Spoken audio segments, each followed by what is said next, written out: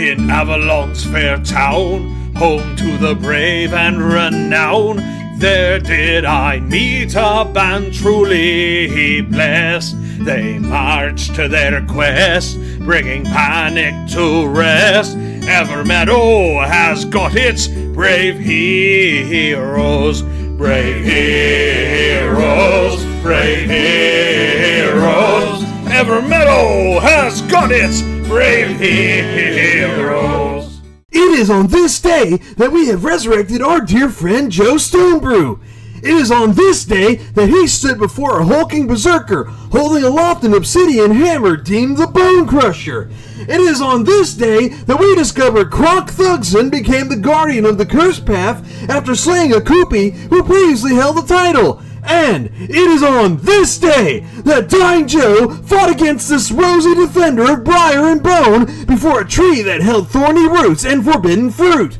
Trading blow for painful blow, shattering the goblin's bones, leaving him spikier than the vines around us, while he thrusted his ritual kriss into Kronk's hulking flesh.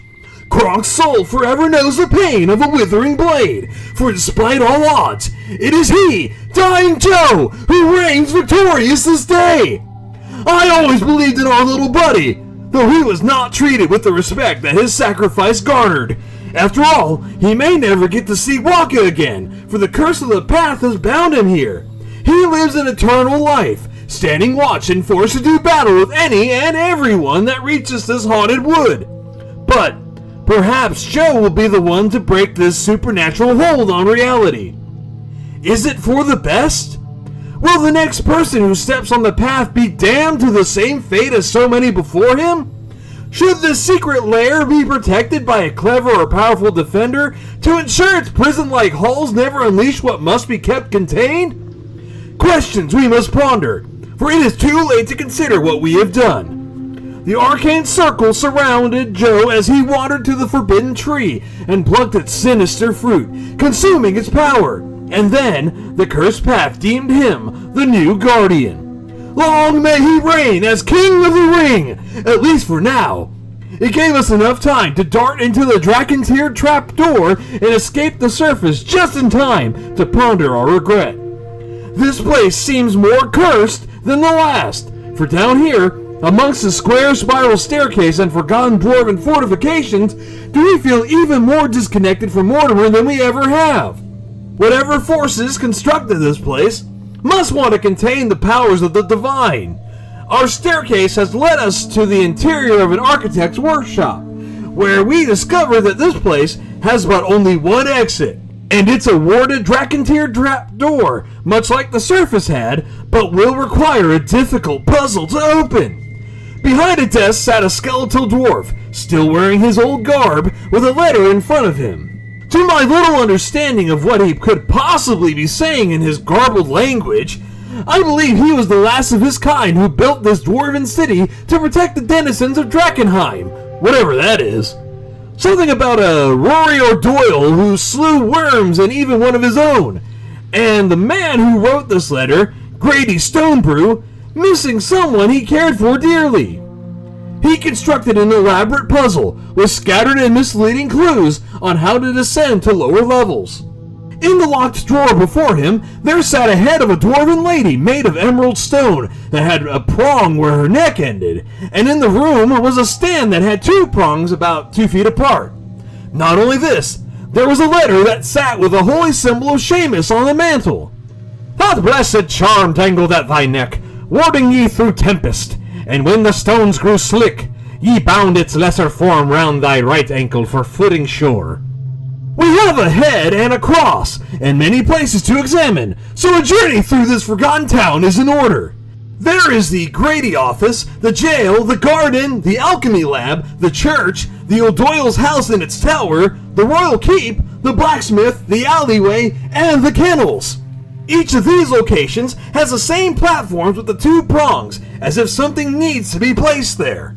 Centauran of Reese went into the jail, but did not stay long, as of Reese pestered his foe Elf. But inside, there was a large cell, where many dwarves would be placed like a drunk tank, and 4 of the other cells, with one of them holding a huge iron ball, and a desk where the guard must have sat to watch these rowdy boys. Balrog took a trip into ye old smithy, and within found a long-dead forge with a well-loved anvil and a bucket that once contained oil.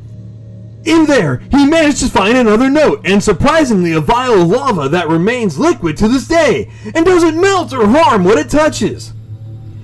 I fashioned a wee vial of molten ember to rest against your throat. May its warmth ever guard your heart, as I once thrust my shield twixt bursting flame and your gentle chest. He then marched forth to the royal keep to see what lies within. Cor went inside the O'Doyle house, where she entered a living room that held a portrait on the mantel of a family of 3. A kind, older gentleman with receding hair holding on to what appears to be his 2 children. The younger man wore a golden crown and a scowl with a fearsome weapon strapped to his back, and a young maiden who wore a simple blouse and skirt with short hair that reached her shoulders. They all share a tattoo of their crest upon their left arms, a blue dragon. For now, Cor wished to examine the top of the tower, where outstretched from it lay a balcony that faced south, and found a skull that was coated in gold, along with a note placed in its mouth.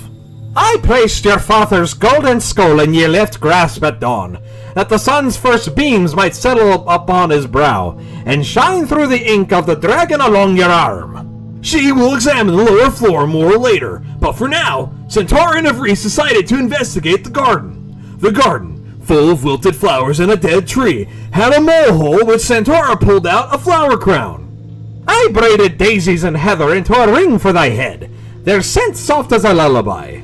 A matching circlet graced thy left ankle, so each step breathed spring. What's odd about this is that the flowers that do reside on this band seem to come from a time in Evermeadow's history that we have not seen in our 10th cycle. Afterwards, they trekked into the O'Doyle's house. What could these items, these pronged platforms, this head, the letters, Grady and his beloved have to do with each other?